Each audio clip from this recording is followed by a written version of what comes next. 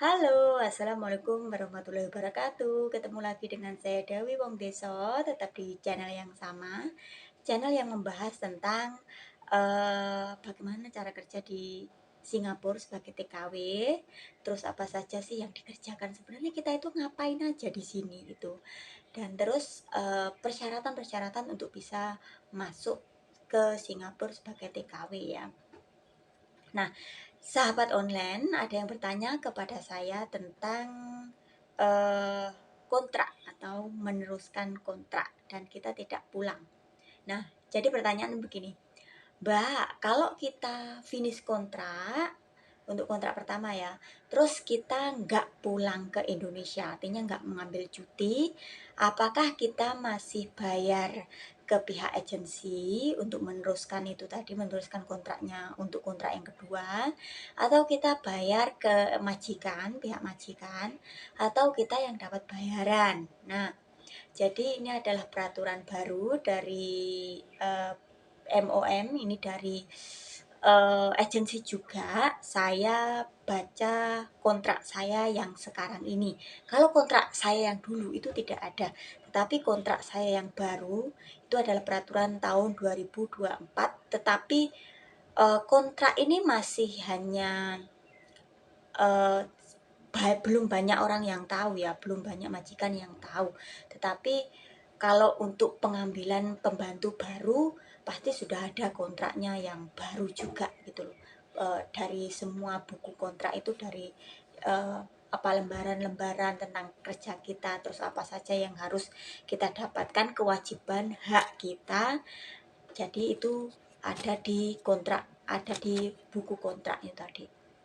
Nah, jadi kalau kita tidak pulang ke Indonesia, artinya kita tidak mengambil cuti ke Indonesia dan meneruskan kontrak dengan majikan yang sama, itu kita tidak perlu membayar ke agensi, karena kita membayar ke agensi itu adalah potongan gaji awal dulu kita datang ke Singapura.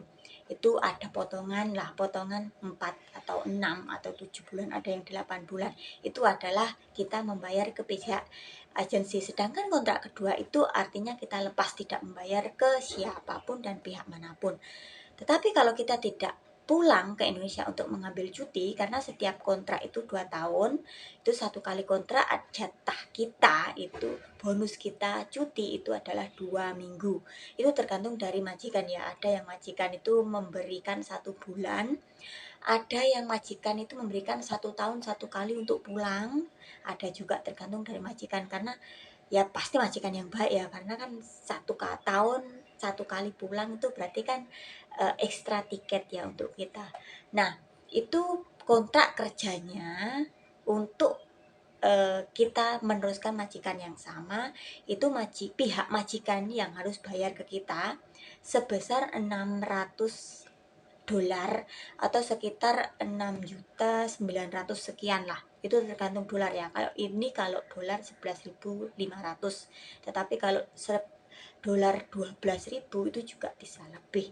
Atau kalau dolar 11.000 kurang, itu juga berarti juga lebih berkurang, tergantung dari penukarannya juga.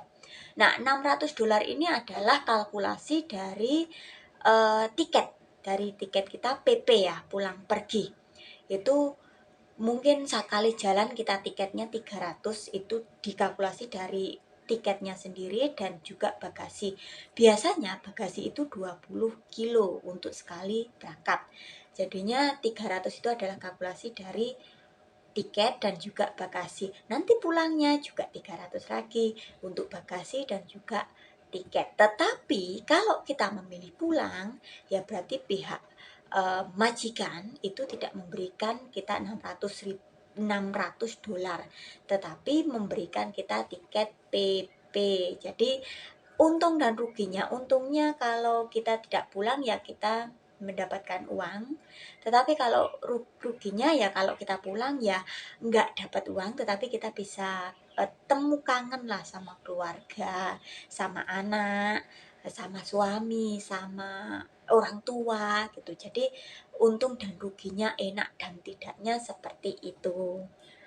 Tetapi dulu saya di majikan yang pertama dulu, saya itu cuma dikasih nggak sama ya, dikasih cuti itu cuma 10 hari PP, jadi capek. Karena kan saya Banyuwangi, turun dari Bali, terus 1 hari perjalanan ya. Dan itu 8 hari di rumah, 2 harinya untuk perjalanan. Jadi capek.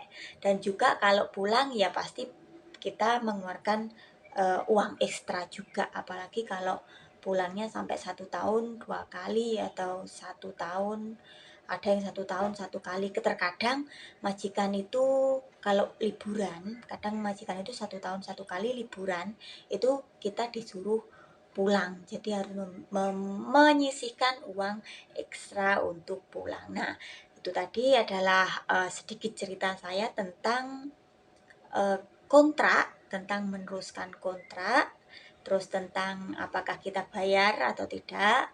Jika sharing saya membantu ataupun sharing saya bisa memberikan edukasi, jangan lupa subscribe, like, share, dan komen. Semoga kita bisa bertemu lagi dan saya bisa sharing lagi tentang apa yang saya ketahui tentang bekerja di Singapura. Semoga membantu. Bye bye.